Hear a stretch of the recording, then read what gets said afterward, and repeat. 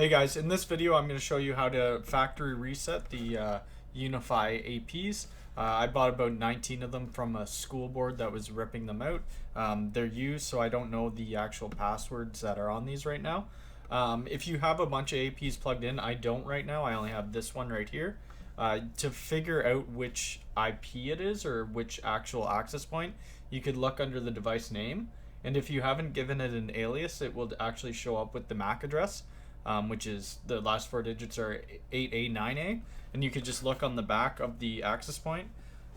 This might not show fully, but right there, that's actually where the MAC address is on your access points. Okay, another way to check, so we need to adopt this into our actual network or into our UniFi or into our controller.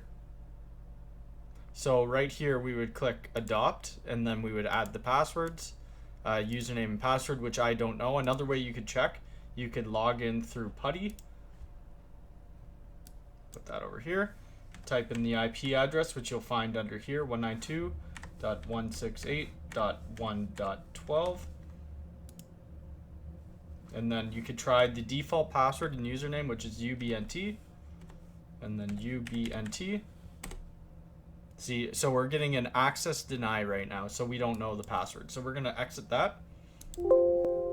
So what we're gonna do, we are gonna go, there's an actual reset button right beside the, I just wanna make sure that doesn't come out, right beside where the RJ45 end is in. So it's this little button right there, and you need to get a pin or something small or a paper clip, and you're gonna wanna hold that down for 10 seconds.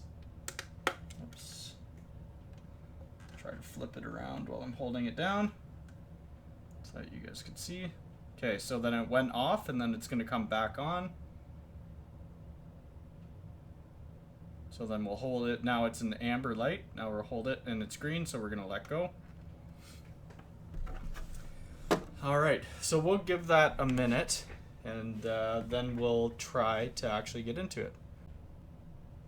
Alright, so now the UniFi AP actually rebooted. You can tell that it's in the amber light. So we'll go back in through putty, and then we'll type in 192.168.1.12, press OK, and then we'll use the default password and username, which is ubnt, and then ubnt. Okay, so now we are in. This may need a this may need a firmware update, and we will do that if it does. There's another way if you want to just reset, if you know the username and password, to actually reset this. So you would go into putty, like how we did there, and then you would use this command right here. I'll copy and paste it in, and then I'll put that in the details. And then you would press enter. So now it's clearing the config out of it, and then it's done. So that actually just rebooted as well, and you can tell remote side unexpectedly closed.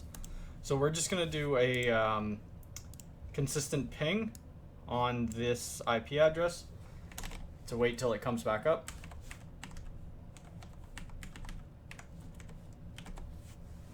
And then once that comes back up, we will adopt it into our controller. Okay, now we see that we're getting the ping replies back, so that means that the access point is up. We'll give it a minute just in case it does another quick reboot, but I don't think it will. Alright, so we will go back into our controller. So currently it's not adopted. We could either click there to adopt, or we could double click here and then go adopt. So it's not asking for a username or password because this is the default, it's the default. And it is adopting, and hopefully that adopts shortly. Okay, now the light on the AP went green, and it is actually provisioning, so we are good to go. In our next video, we're going to set up a client Wi-Fi network. We'll also set up an admin network, and then we're going to set up firewall rules to block the guest network from accessing the admin network. They could only access the internet. If you guys like this video, please hit the thumbs up button, and we'll see you again.